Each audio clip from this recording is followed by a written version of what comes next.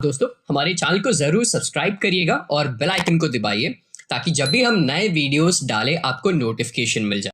Welcome to our channel. तो चलिए start करते हैं जावा इंटरव्यू प्रिपरेशन का सेकंड वीडियो।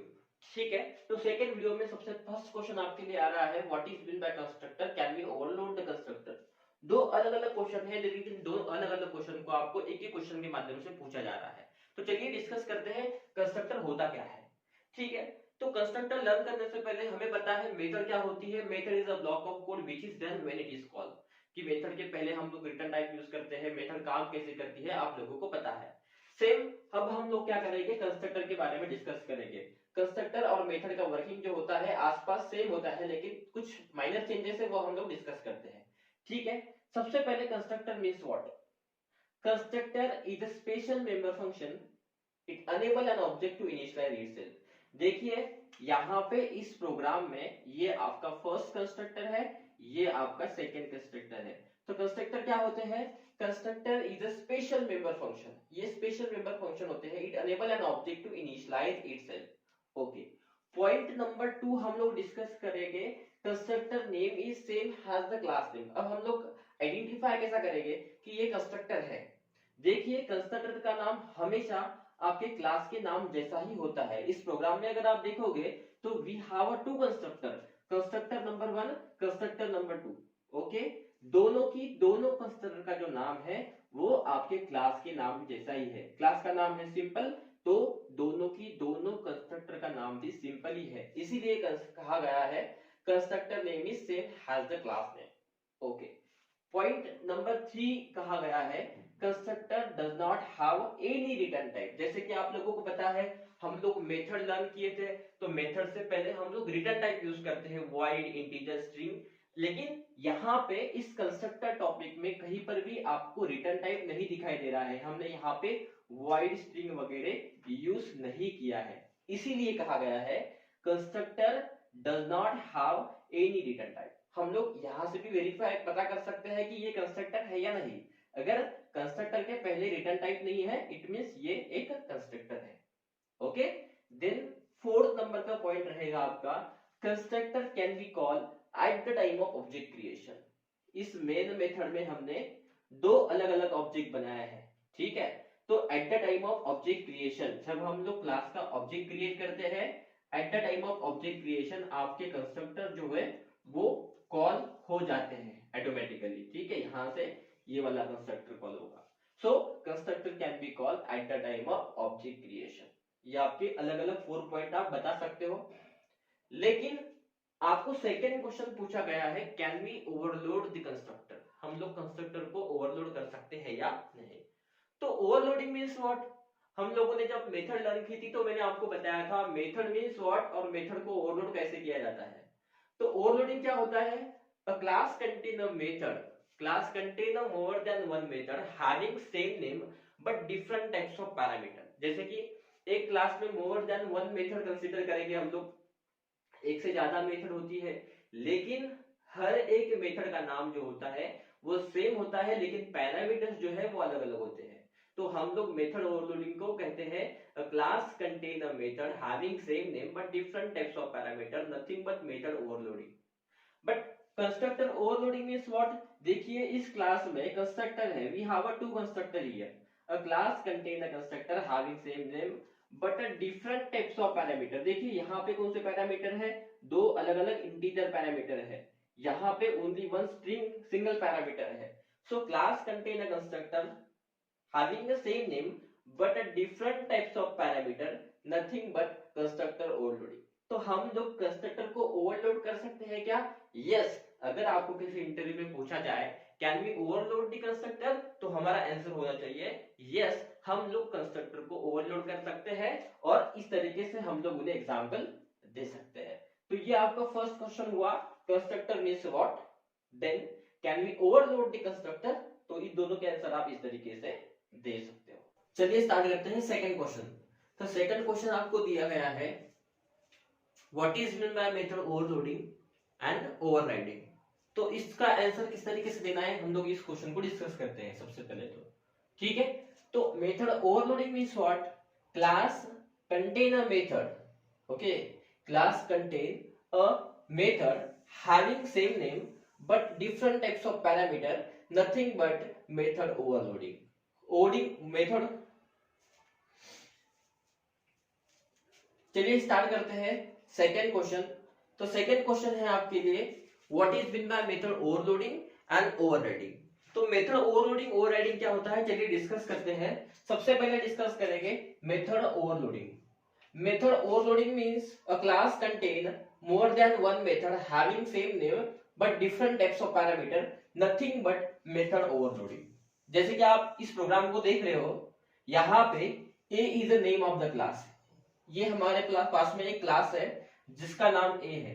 ए class contain more than one method. इस क्लास में टोटल कितने मेथड है, ये है आपकी फर्स्ट मेथड, ये है आपकी सेकंड मेथड। तो इस प्रोग्राम में we have two methods, first and second. Class contain more than one method having same name, दोनों मेथड का नाम क्या है, सेम है। Print class contain a method having same name but different types of parameter. अब देखिए यहाँ पे टू इंटीजर पैरामीटर्स है, यहाँ पे ओनली वन स्ट्रिंग पैरामीटर है, ठीक है।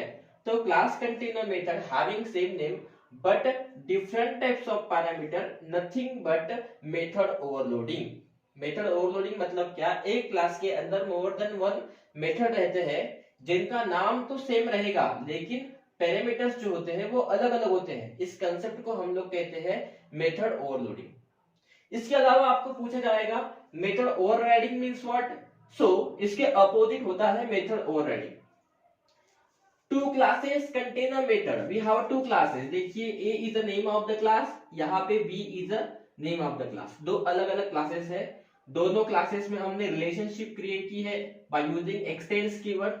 ओके, तो हम लोग सिंपली कह सकते हैं ए जो है ये पेरेंट क्लास है, बी जो है ये चाइल्ड क्लास है। दो अलग अलग क्लासेस में हमारे पास में दो मेथड्स है। क्लास ए में एक प्रिंट मेथड है, क्लास बी में यहाँ पर भी एक प्रिंट मेथड है। Two classes contain a method having same name, print with same types of parameter. यहाँ पर भी पैरामीटर क्या है, स्ट्रिंग, यहाँ पर भी पैरामीटर है string. So two classes contain a method having same name with same types of parameter, nothing but method overriding. दो क्लासेस के अंदर मेथड्स रहेंगे जिनका नाम सेम होता है और पैरामीटर्स भी सेम होते हैं। इस कंसेप्ट को हम लोग कहते हैं मेथड ओवरराइडिंग। तो मेथड ओवरलोडिंग और ओवरराइडिंग का आंसर किस तरीके से दोगे। Method overloading means class contain more than one method having same name but different types of parameter, nothing but method overloading. Method overriding means what? A class contain a method having same name with same types of parameter, nothing but method overriding. Okay, तो इस तरीके से आपको क्या करना है, method overloading और overriding का आंसर देना है। चलिए स्टार्ट करते हैं आपका थर्ड क्वेश्चन। थर्ड क्वेश्चन है आपका tell me the difference between final, finally and finalise. तो फाइनल, फाइनली और फाइनलाइज ये क्या है, चलिए डिस्कस करते हैं। सबसे पहले फाइनल, इसके बारे में डिस्कस करेंगे। फाइनल इज अ कीवर्ड, ये एक कीवर्ड है। Okay, final is a keyword. If we use final keyword with the variable, जब भी हम किसी वेरिएबल के साथ में फाइनल कीवर्ड को यूज करते हैं तो हम उस वेरिएबल की वैल्यू कभी भी चेंज नहीं कर सकते। फॉर एग्जाम्पल कंसीडर करिए, यहाँ पे integer a is equals to आपने वैल्यू असाइन कर दी है 5। Okay, then a is equal to यहाँ पे अगर आप वैल्यू 6 असाइन करोगे तो इज इट पॉसिबल, ये पॉसिबल है, आप उसकी वैल्यू चेंज कर सकते हो। But if we use final keyword with the variable, consider करिए आपने यहाँ पे फाइनल कीवर्ड यूज किया है। ओके, तो अब फाइनल कीवर्ड यूज करने की वजह से आप यहाँ पे इस वेरिएबल की वैल्यू बिल्कुल भी चेंज नहीं कर सकते, या तो फिर दूसरी वैल्यू से असाइन नहीं कर सकते। इसीलिए कहा गया है if we use final keyword with the variable then we can not change the value of that variable, हम उसकी वैल्यू बिल्कुल भी चेंज नहीं कर सकते। Point number 2, if we use final keyword with the method, अगर हम किसी मेथड के साथ में void सपोज कंसीडर करिए ये आपकी मेथड है, ओके, इसमें कुछ लॉजिक लिखा हुआ है। If we use final keyword with the method declaration, okay, then we can not override that method. अगर किसी मेथड के साथ में हम लोग फाइनल कीवर्ड का यूज करेंगे तो हम इस मेथड को कभी भी ओवरराइड नहीं कर सकते।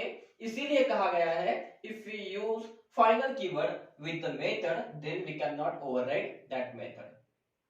पॉइंट नंबर 3 आपको दिया गया है, if we use final keyword with the class, okay, अगर किसी क्लास के साथ में आप फाइनल कीवर्ड का यूज करेंगे तो उस क्लास को कभी भी आप एक्सटेंड नहीं कर सकते हो, ओके।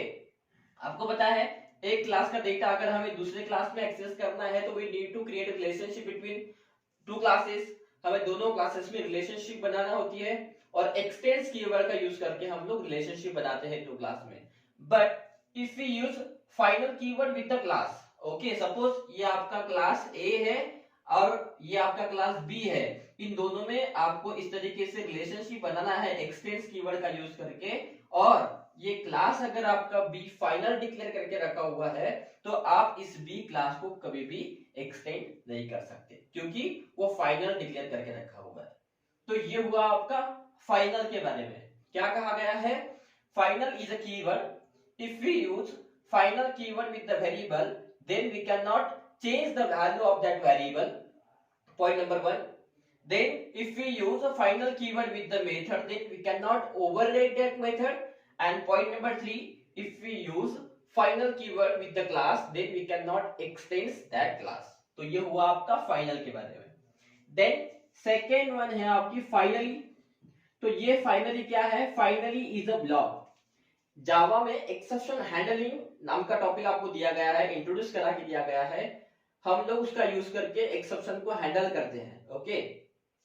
तो एक्सेप्शन हैंडलिंग में 3 टाइप के ब्लॉक होते हैं, try block, catch block and finally block. जो ट्राई ब्लॉक होता है वहां पे हम एक्सेप्शनेबल कोड को राइट करते हैं, कैच ब्लॉक में एक्सेप्शन को कैच किया जाता है, देन सबसे आखिरी में आपको इंट्रोड्यूस करा के दिया गया है फाइनली। तो फाइनली क्या है, फाइनली इज अ ब्लॉक, ये एक ब्लॉक है, ओके। ये हमेशा एग्जीक्यूट होता है चाहे आपके प्रोग्राम में एक्सेप्शन आए या फिर ना आए, ठीक है। ये हमेशा आप क्या करोगे, try keyword for example try block है आपका, कंसीडर करिए, देन यहां पे कैच है, okay,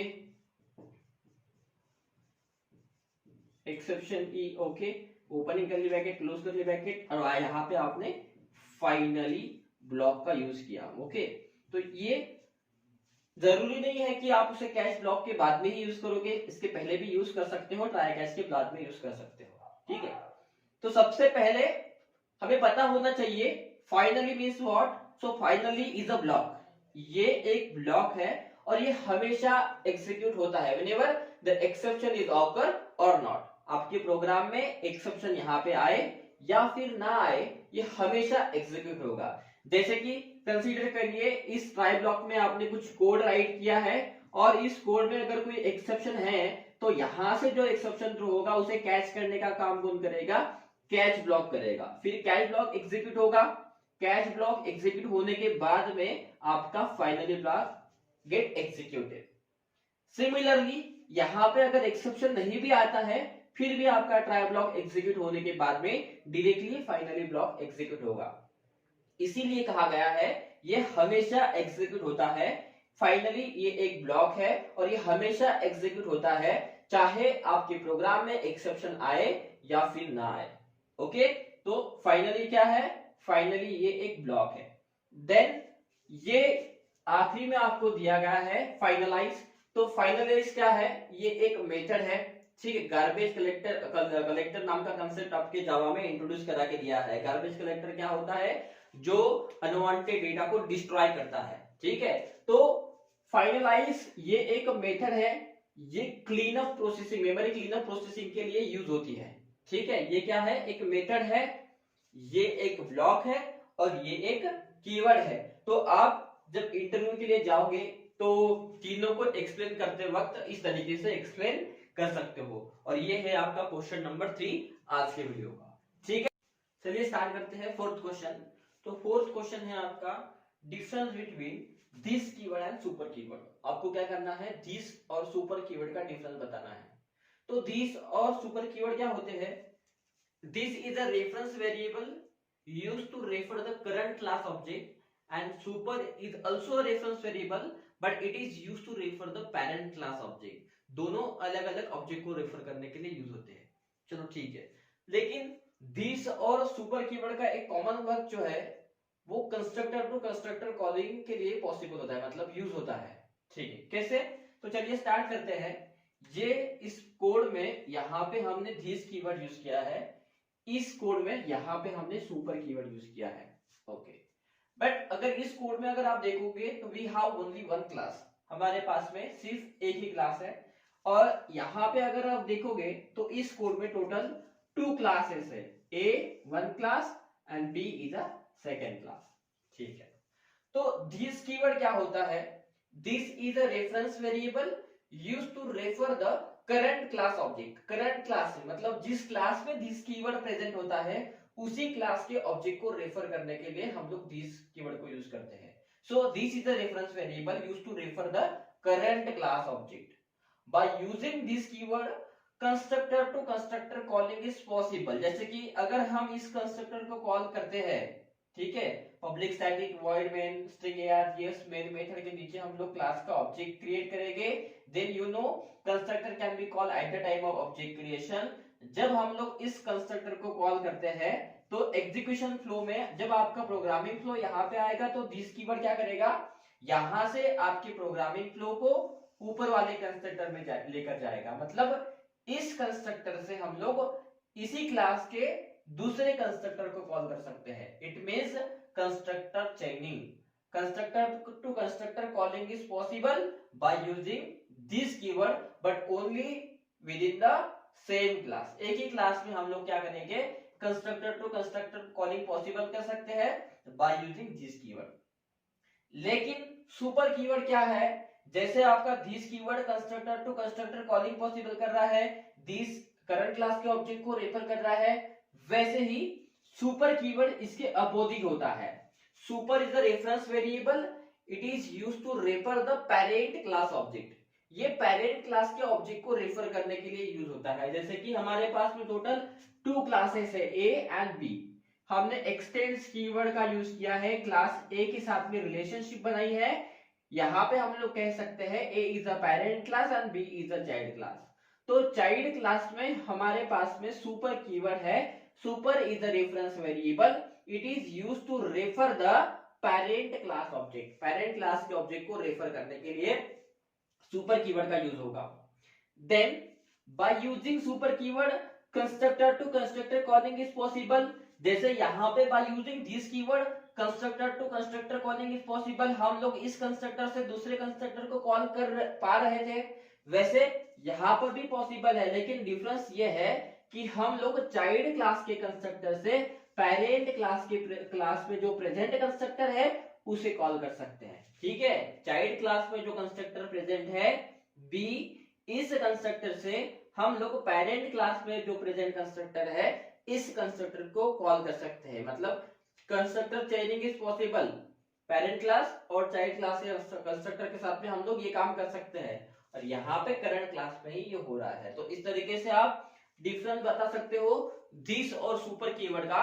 this is a reference variable, it is used to refer the current class object only. By using this keyword constructor to constructor calling is possible but we can call only the current class constructor. Okay, but in a super keyword by using super keyword constructor to constructor calling is possible but by using super keyword we can call the parent class constructor only। ठीक है, तो इस तरीके से आप लोग answering कर पाओगे। तो ये आपका क्वेश्चन नंबर 4 यहाँ पे एंड हुआ। ठीक है, तो इस तरीके से हमने 4 क्वेश्चन देखे हैं। नेक्स्ट वीडियो में हम लोग रिमेनिंग क्वेश्चंस देखेंगे। वीडियो अगर आपको गाइस पसंद आया है तो प्लीज वीडियो को लाइक कर दीजिए, चैनल को सब्सक्राइब कर दीजिए और बेल आइकन को प्रेस कर दीजिए ताकि आने वाले लेटेस्ट वीडियो का अपडेट आपको इसी तरीके से मिलता रहे। ठीक है, चलिए तब तक के लिए thank you so much for watching.